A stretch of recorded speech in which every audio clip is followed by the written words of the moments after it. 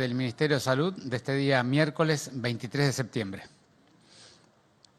Hasta el día de hoy hemos confirmado 119.314 pacientes con la enfermedad. Hemos logrado recuperar 95.119 personas.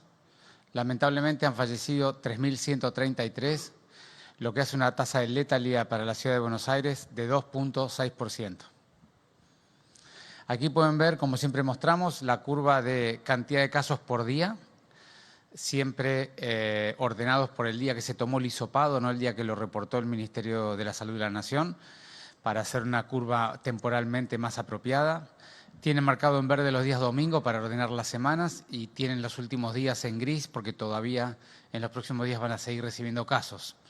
Como pueden ver allí, que venimos comunicando hace tanto tiempo, después de una larga meseta de unos 9 o 10 semanas, con dos subidas que se ven claramente ahí, el día 3 de agosto, que fue el día de mayor cantidad de casos de toda nuestra serie, y luego la última semana de agosto, que volvió a ser una semana muy intensa. Desde allí los casos han ido bajando, lenta pero sistemáticamente, y la semana que acabamos de terminar ha tenido un promedio de casos que veníamos de las semanas altas de 1.200 a 1.300 y hemos vuelto a valores que están entre 900 y 1.000 casos por día en la semana que acaba de terminar. Cuando uno hace la media móvil de los últimos 7 días, es una forma de suavizar estas subidas y bajadas de los fines de semana y de los días de semana. Del 1 de julio, esta parte, cada día tomando ese día y los 6 previos y haciendo un promedio de los 7, lo que uno nota es, como yo les había mostrado, que a fin de julio hubo un aumento de casos que luego bajó. A principios de agosto, entre el 3 y el 10 de agosto, hubo un aumento de casos que luego bajó. A fin de agosto hubo un nuevo aumento de casos que luego bajó, que son los que ya vimos hace un ratito. Y a partir de allí, como pueden ver, hay un descenso bastante consistente de casos desde los primeros días de septiembre hasta la fecha, llegando a valores promedios de los últimos 7 días en alrededor de 900 casos por día. Aquí lo que podemos ver es la cantidad de enfermos por cada década de la vida en la Ciudad de Buenos Aires. Como siempre decimos, menores de 20 años, la cantidad es relativamente pequeña, suman en total unas 15.000 niños y niñas. Entre 20 y 60 años el número es el más importante de todos. Allí cada década hay cerca de entre 20.000 y 25.000 personas que se han enfermado confirmadas con PCR. Y luego, mayores de 60 años, el número es realmente menor. Sin embargo, la mayoría que han fallecido son mayores de 60 años con una edad promedio de 76.2 años de las personas que han fallecido. Alcanzamos los 509.727 hisopados realizados hasta el día de la fecha. 60% de ellos los hacemos a ciudadanos porteños, el otro 40% a bonaerenses. Los hisopados a los ciudadanos porteños en el acumulado tenemos una tasa de positividad de 40%. Sin embargo, como vengo comunicando permanentemente, esa tasa de positividad viene de valores de 50 y de 45 en el momento de más actividad de la enfermedad. Y ahora, en los últimos 10 días, estamos en valores de 35 de positividad. Y alcanzamos los 10.044 test cada 100.000 habitantes en la Ciudad de Buenos Aires. Bueno, aquí les queremos recordar e insistir que nosotros, para sostener la actividad e intensificar la actividad de rastreo y testeo, hemos desarrollado una serie de políticas activas. Llamamos a todos los enfermos del día previo, le preguntamos en detalle a todas las personas que han sido contacto estrecho, les pedimos los teléfonos, llamamos a todos los contactos estrechos, los seguimos 14 días, los vamos a visitar a su casa, a la totalidad de ellos, no importa que sean del sector público o privado o de la seguridad social. Y entre el 7º día y el 10º día les ofrecemos el hisopado. Eso significa que toda persona que ha sido un contacto estrecho en la Ciudad de Buenos Aires se le ofrece un hisopado gratuito, por supuesto, con PCR entre el 7º y el 10º día, como yo les decía, para estar seguros de que no sea una persona asintomática o con algún pequeño síntoma y que pudiera estar enfermo. Pero más allá de que nosotros vamos, buscamos activamente y estamos todos los días buscando los contactos estrechos, tanto por teléfono como en el domicilio, les recordamos que si alguien, porque no ha sido observado por la persona enferma que estuvo con él, o la persona enferma no recordó del encuentro que tuvo con él, si alguien en la ciudad de Buenos Aires ha estado con una persona que se confirmó la enfermedad en los últimos 7 a 10 días, allí tienen en Buenos Aires Gobar barra unidades febriles o Buenos Aires Gobar barra detectar. Tienen todas las unidades febriles, las 20 unidades febriles de la ciudad de Buenos Aires y tienen todos los dispositivos de detectar del territorio, que tenemos uno en cada barrio, como Gabriel siempre presenta y ahora les va a mostrar. Se pueden acercar a cualquier dispositivo de detectar o una unidad febril y no importa que no tenga ningún síntoma. Si fue un contacto estrecho, en ese periodo temporal de 7 a 10 días del contacto, por favor acérquese porque nosotros queremos hisoparlo y lo vamos a hisopar y en el mismo día va a tener el resultado. Si tiene algún síntoma, le vamos a hacer un hisopado. Si no tiene ningún síntoma, le vamos a tomar una muestra de saliva, que además es mucho más simple para los chicos y adolescentes, es mucho menos invasivo y es muy fácil de tomar. Así que les volvemos a insistir, toda persona en la ciudad, no importa la cobertura, que estuvo en contacto con un enfermo los últimos 7 días, se acerca a uno de nuestros dispositivos que pueden ubicar en la página de la ciudad y nosotros les vamos a pedir la PCR para ver si tiene una enfermedad asintomática que no la notaron. Bueno, le paso a Gabriel para el detectar. Gracias, Fernán. Buen día. Bueno, continuando con el informe del dispositivo detectar, acá vemos en el mapa que hemos modificado su conformación con un área más clara. Este área más clara tiene que ver un poco con el aumento de estrategias de testeo que recién comentaba Fernán, porque incluimos las comunas 9 y 10 y 11, con las unidades febriles de los hospitales Vélez Arfiel y Subizarreta para realizar el hisopado, incrementando, como decíamos anteriormente, a todas personas asintomáticas que han referido un contacto con alguna persona positiva en los últimos 7 a 10 días. El resto del mapa está en más oscuro, los sitios donde hicimos una segunda vuelta con la unidad sanitaria móvil. Actualmente hoy comenzamos en el barrio de Belgrano, en Blanco Encalada y Superí. Allá en la escuela vamos a tomar los hisopados a las personas sintomáticas y el test de saliva a las personas asintomáticas. Y en todos los dispositivos de detectar que pueden consultar en la página, estamos tomando el test de saliva a toda persona que se presente espontáneamente para entre el 7º y 10º día de haber tenido un contacto. Hasta el momento hemos testeado 81.173 personas, dando positivas 26.317. En relación al informe de los barrios vulnerables, se han diagnosticado en total 16.237 casos, se han dado 10.812 altas institucionales, han fallecido lamentablemente 212, lo que arroja una tasa de letalidad de 1.3%, y en la curva, como vemos, continuamos con un descenso progresivo desde hace ya los últimos 2 meses. Continuamos con el informe de geriátricos con Paula. Buenos días, gracias Gabriel. Bueno, llevamos realizados al día de la fecha 17.404 test de PCR en personas que residen en las instituciones geriátricas, de los cuales hemos podido confirmar 4.685 casos. Al día de hoy tenemos recuperadas con alta institucional 3.419 personas y lamentablemente han fallecido 618 personas con este diagnóstico.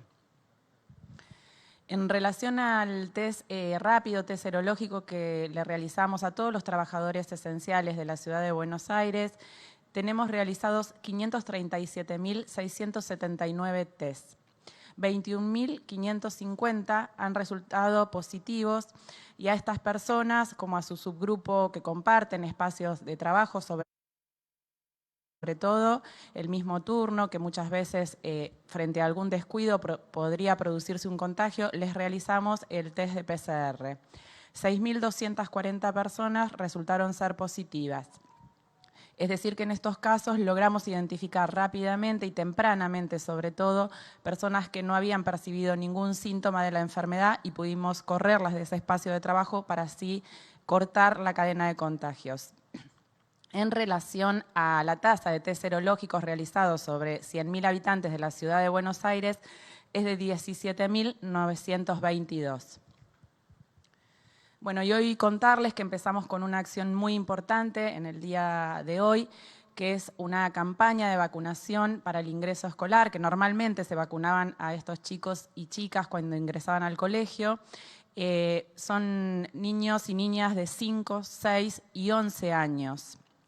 Es muy importante que puedan vacunarse según la correspondencia por el carnet de vacuna con las inmunizaciones que se dan a esta edad. Pero es fundamental hacerlo de una manera organizada. ¿Para qué? Para evitar que se aglomere gente en un mismo lugar. De esta forma hemos dispuesto que va a estar ordenado por el último dígito del número de documento según la fecha. Es decir, en el día de hoy, por ejemplo, se van a vacunar todos aquellos chicos y chicas que su DNI termina en 0, mañana en 1 y así sucesivamente. Una vez terminada esta primera ronda, a partir del día 7 de octubre, para aquellos que no hayan podido concurrir con la finalización de su documento, vamos a volver a dar una vuelta para que puedan acercarse. En el caso que haya hermanitos en una familia, haya varias personas para vacunarse, pueden concurrir, elegir uno de ellos cómo termina su documento y acercarse con sus hermanos para no tener que ir varias veces. Para esto también hemos dispuesto 11 postas de vacunación que funcionan de 9 a 14 y 58 centros de salud y hospitales que van a estar funcionando para esta tarea de 8 a 12 horas. También es muy importante destacar y que conozcan que no es necesario en esta ocasión concurrir con una orden médica. Con el solo hecho de que se acerquen con el DNI y con el carnet de vacunas van a poder recibir la misma. Y pueden encontrar el lugar que queda más cerca de su domicilio en la página del gobierno, buenosaires.gov.ar/vacunación. Ahí pueden identificar, está el mapa incluso, pueden ver cuál es su domicilio y cuál es la posta o el centro de salud que les queda más cercano para evitar grandes desplazamientos. Así que bueno, los convocamos, realmente es muy importante, no dejen de hacerlo. Estamos retomando todas estas acciones que tienen que ver con una salud integral. Muchas gracias. ¿Qué tal? Buenos días, ministro. Julián Amado de Radio Rivadavia.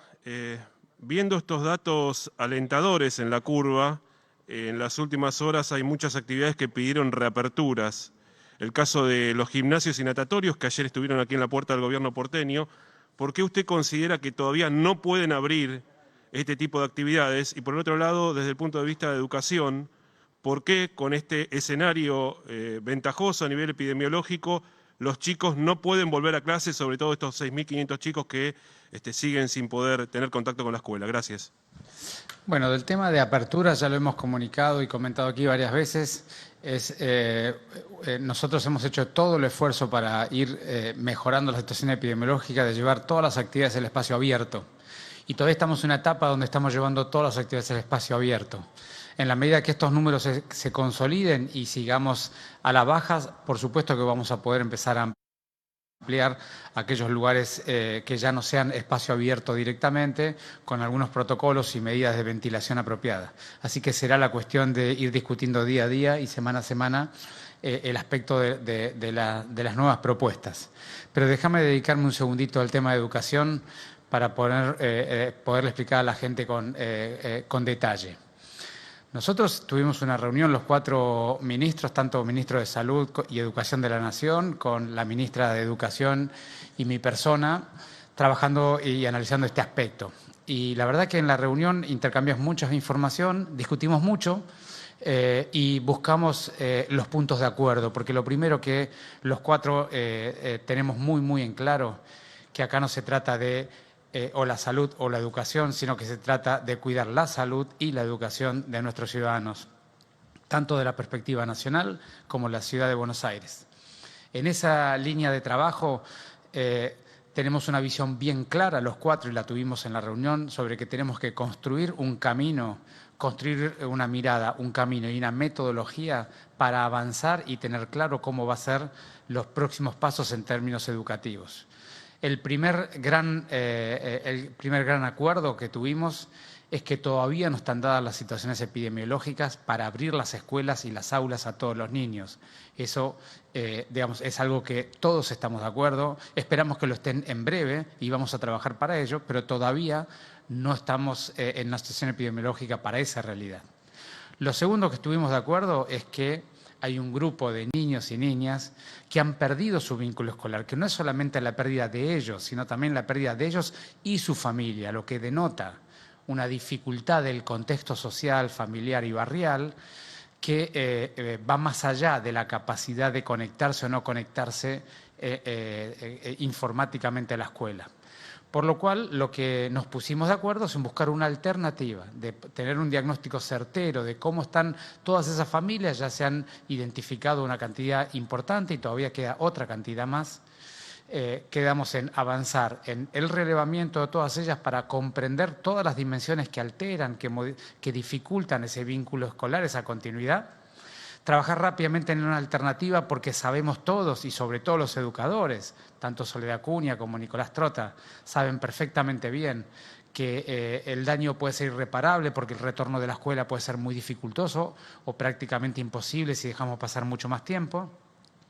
Y acordamos entre todos que necesitamos dar pasos adelante en el corto plazo, con estos niños en particular. Ahí trabajamos algunas alternativas. Lo primero que acordamos es que el Ministerio de Salud de la Nación había observado algunas cuestiones que se podían mejorar en términos de seguridad sanitaria de nuestro protocolo o cuestiones que había que aclarar en más profundidad, y nosotros quedamos con la responsabilidad de hacerlo. Lo estuvimos trabajando el día de ayer. El día de hoy nos vamos a juntar con los equipos técnicos de Nación y vamos a intentar completar un protocolo que todos nos sintamos seguros y conformes con lo que hemos hecho. Terminado ese protocolo, volver a hacer una reunión y acordar cómo poder avanzar con estos niños. Allí el ministro Tota propuso algo que nos pareció muy pertinente, que fue ocupar los patios abiertos de las escuelas, que la enorme mayoría de las escuelas tienen patio abierto, y quedamos en caminar este camino juntos. Primero, con estos niños, y segundo, trabajar objetivamente un conjunto de indicadores sanitarios que, valga la redundancia, indiquen en qué momento podemos ir retomando qué actividades escolares, por qué nivel de prioridades. Porque el ministro Tota comentó allí, y tiene toda la razonabilidad, es que necesita tener un set de indicadores comunes para todo el país, y el Ministerio de Salud de la Nación lo tiene que ayudar a organizar ese set de indicadores. Nosotros técnicamente con nuestros equipos los vamos a acompañar en esa tarea. Y en base al conjunto de indicadores e ir viendo la Ciudad de Buenos Aires cuando los va logrando, poder ir dando los pasos sucesivos, porque todos estamos muy preocupados por el tema de la educación de los niños, y todos vamos a hacer todo el esfuerzo que haga falta para poder retomarlo lo antes posible. Buen día, ministro. Hernán Mundo, de Radio Nacional. Quería preguntarle por los hechos del lunes por la tarde, la protesta de un grupo de enfermeros frente a la legislatura. Primero, preguntarle concretamente por qué este grupo de trabajadores no es comprendido dentro de la ley 6.035, la ley de profesionales que rige para la Ciudad de Buenos Aires. Y preguntarle también, dado que se insiste desde la ciudad, y usted lo ha hecho en innumerables oportunidades, por alcanzar soluciones a través del diálogo y el consenso, ¿cómo usted vio la imagen del lunes por la tarde cuando un grupo de trabajadores, cuando intentaba ingresar a la legislatura, fue reprimido por la policía de la ciudad, y en algunos casos hay profesionales que terminaron lastimados en la puerta del edificio? Bueno, la imagen que yo vi me dio mucho dolor. Lo último que nosotros quisiéramos entre los trabajadores de salud es tener esas imágenes, ¿no es cierto? Allí lo que ha pasado que inicialmente fue un grupo de enfermeros y enfermeras a entregar un petitorio. El petitorio se recibió en la legislatura, y luego vino un segundo grupo de enfermeros que forzó y pretendió entrar en la legislatura, y ocurrieron los empujones y las situaciones de tensión que vimos todos en la televisión. Así que allí lo que hemos pedido es una investigación de qué es lo que ocurrió, y cuando lo sepamos, por supuesto que lo vamos a comunicar. Más allá de ello, la cuestión de fondo, yo la he dicho muchas veces, nosotros en el sistema público tenemos unos 10.000 enfermeros trabajando, de los cuales 3.500 son licenciados y piden pasar a una carrera, a la ley que reglamenta la carrera profesional para los médicos y otras profesiones de la salud. Y la verdad es que es un tema muy delicado dividir los grupos de enfermería en un grupo que esté en una modalidad laboral y en otro grupo que esté en otra modalidad laboral, básicamente porque todos los enfermeros, puertas adentro en los hospitales y los centros de salud, hacen una tarea similar, no importa si tienen la licenciatura o no. Así que nosotros hemos insistido mucho. El año pasado creamos una carrera profesional para enfermeros y otras profesiones que no son licenciados, que no están incluidas en la carrera original, y les hemos dado algunos beneficios, algunos no, varios beneficios laborales vinculados a aquellos que tienen aquella carrera. Y vamos a seguir trabajando, dialogando con ellos de cómo hacerlo, cómo mejorar y qué es lo que ellos sostienen y pretenden y qué es lo que nosotros creemos que es lo más apropiado, porque en definitiva todos tenemos el mismo interés, que los trabajadores de la salud estén bien, que sean respetados, sean reconocidos, sientan que lo que hacen es valorado en todos los sentidos, sientan un espacio laboral apropiado y por lo tanto pongan todo su foco y su energía en cuidar a la gente, que es para lo que estamos todos. Ministro, buenos días. Nicolás Gallardo de CNN Radio. Se produjeron algunos interrogantes a nivel nacional sobre la cifra de fallecidos producto de la pandemia. Le quiero preguntar si en la ciudad, cómo se cargan los datos, usted lo dijo en su momento, si podría actualizar esta situación, si es que existen también demoras en la ciudad, tanto en el ámbito público como privado, como para entender esta situación que se viene hablando en estas horas, y qué tanta importancia tiene esta cantidad de fallecidos a la hora de reunirse con provincia, con el gobierno nacional, a la hora de reaperturas en las jurisdicciones. ¿Qué tanta importancia tiene con cifras que el propio gobierno a nivel nacional reconoce que no son nuevas? Gracias. Bueno, lo primero para explicarle a la ciudadanía es esta enfermedad. El COVID ha sido declarada de reporte obligatorio. Hay una ley de enfermedades de reporte obligatorio, que básicamente son las infectocontagiosas. A principio de año ha sido declarada de reporte obligatorio por el Ministerio de Salud de la Nación. Eso significa que cada efector, cada profesional que atiende a un enfermo, tiene la responsabilidad por ley de volcar y reportar obligatoriamente que ha observado y ha atendido a una persona que tiene esta enfermedad. Eso significa que el Ministerio de Salud de la Nación, sobre el sistema informático de reporte de enfermedades obligatorias, pone a disposición cargar esta enfermedad, y cada efector, cada clínica, sanatorio, hospital, centro de salud o consultorio o laboratorio que hacen las PCR tienen acceso al SISA, que es el sistema nacional, para cada vez que atienden un enfermo o confirman una PCR, volcarla en el sistema informático nacional. Se imaginarán que yo lo he explicado esto alguna vez. Lo primero que hace la clínica y sanatorio es atender al enfermo e informarle al enfermo el resultado, y luego se sienta en la computadora y vuelca al sistema de reporte. Eso hace que los prestadores de servicios tienen dos tareas. Primero, atender al enfermo, comunicarle la información, después comunicarle la información en el sistema nacional, y en un orden de prioridad, cuando están con mucho trabajo, sobre todo en los periodos de pico de actividad, las semanas de más intensidad, naturalmente priorizan mucho el trabajo de atención al paciente y a su familia y dejan para los espacios de más tranquilidad cargar en el sistema nacional, lo cual genera demoras. Esas demoras tienen dos consecuencias diferentes. Sobre el cargado de las PCR positivas, es decir, los pacientes cuando se confirman que han sido un caso, es una demora, y lo segundo, la demora de los fallecidos. Y son dos consecuencias diferentes, porque naturalmente las decisiones de política pública, digamos, las más importantes, las que tienen que ser más oportunas en el tiempo, son las de confirmaciones de casos, porque rápidamente hay que ir a buscar los contactos estrechos, y antes que esos contactos estrechos se enfermen y contagien a otros, hay que identificarlos, contactarlos, aislarlos y luego testearlos.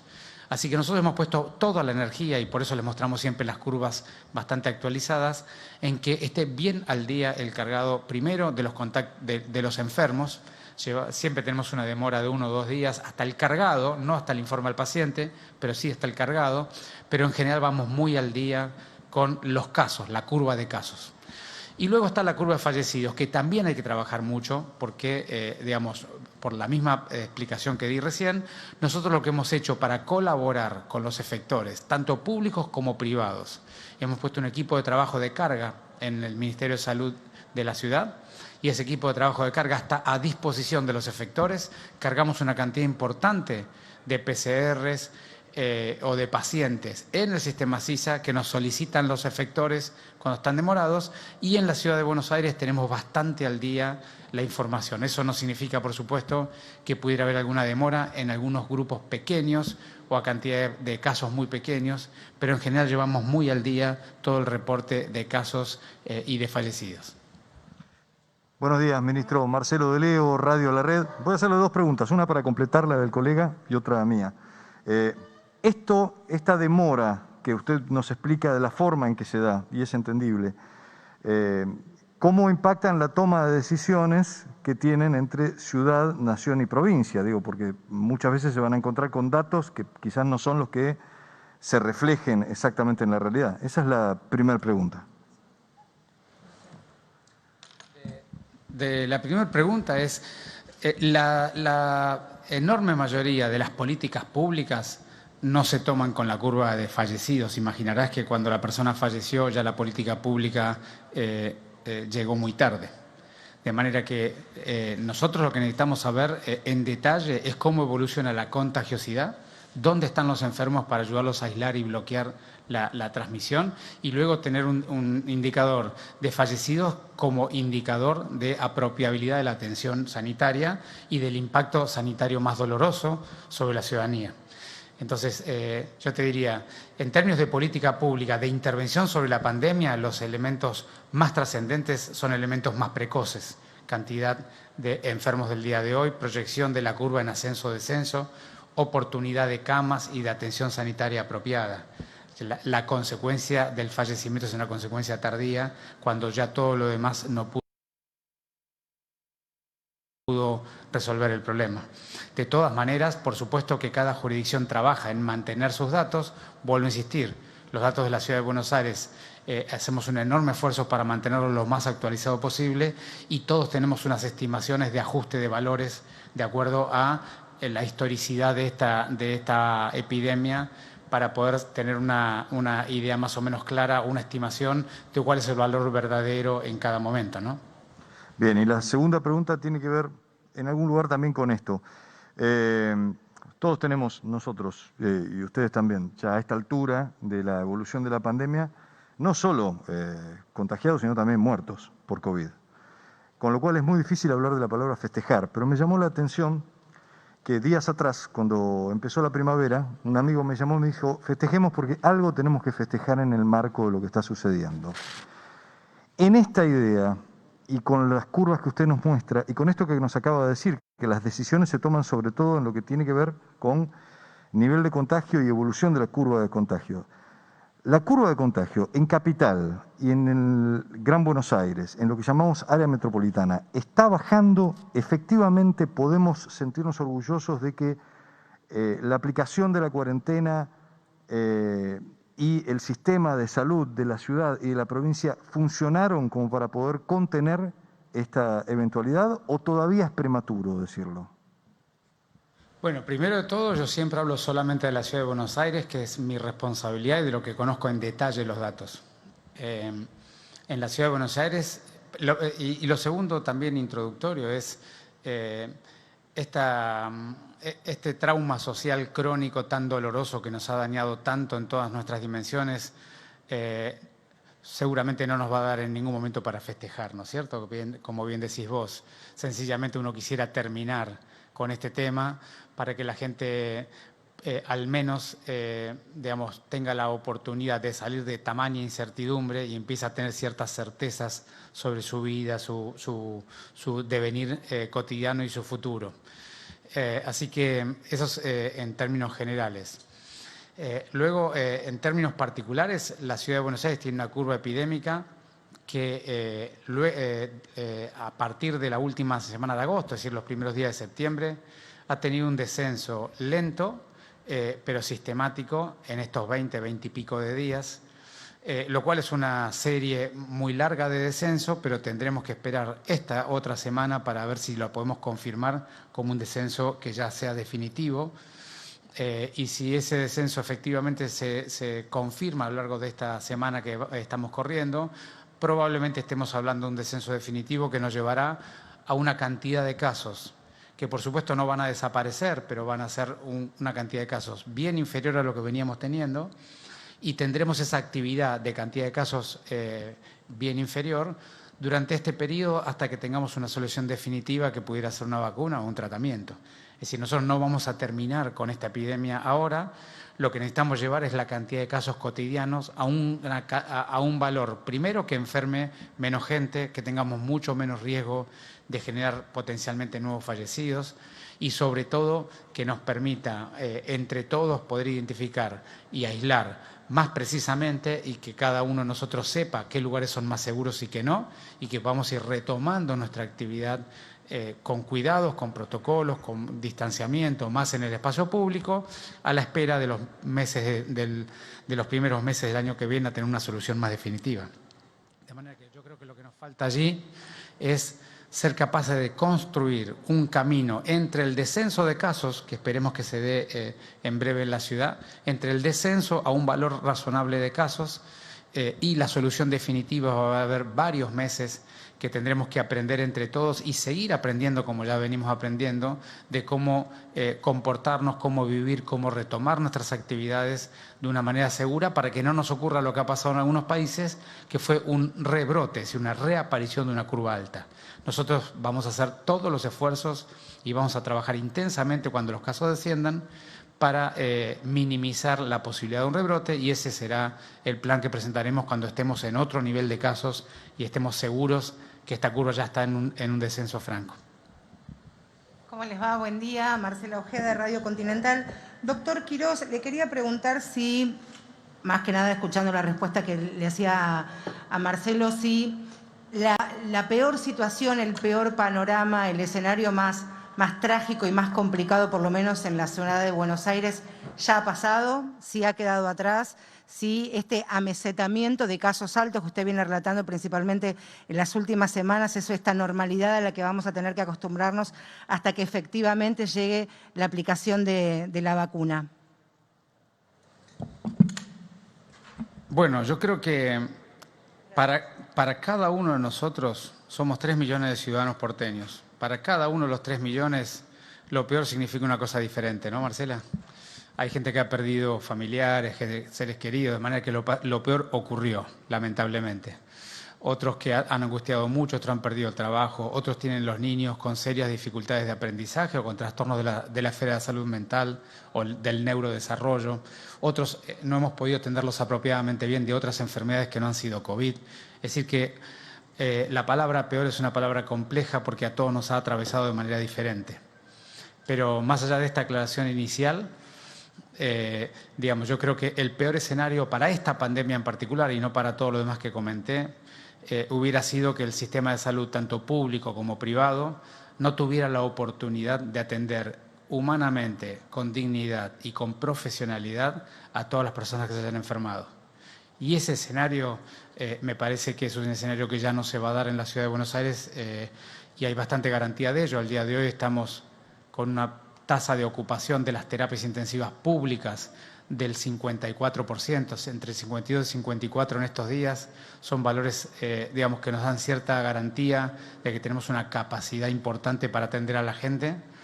El subsector privado ha descomprimido un poquito la intensidad del trabajo, está al día de hoy en 70% de ocupación, pero relativamente más descomprimido, digamos, con más capacidad de atender, con lo cual yo me parece que ese punto que hubiera sido realmente muy desalentador probablemente ya no vaya a ocurrir en la ciudad, lo que no quiere decir que todavía vamos a tener sinsabores, desgracias, dolores, porque todavía hay mucha gente para recuperar y para atender, y todavía tenemos un largo camino hasta una solución definitiva que nos tenemos que seguir cuidando, porque aquí no ha terminado absolutamente nada, tenemos que insistir con el aprendizaje de cómo tenemos que vivir y cuidarnos, y eso significa no hacer encuentros en lugares cerrados, en el lugar abierto tener comportamiento de barbijo, distanciamiento y todo lo que hablamos todo el tiempo, si están en algún lugar cerrado laboral o familiar, la ventilación permanente, las ventanas abiertas y seguir cuidándonos. Todavía nos quedan muchos meses para poder decir esto realmente ya es historia y ha pasado. Muchas gracias.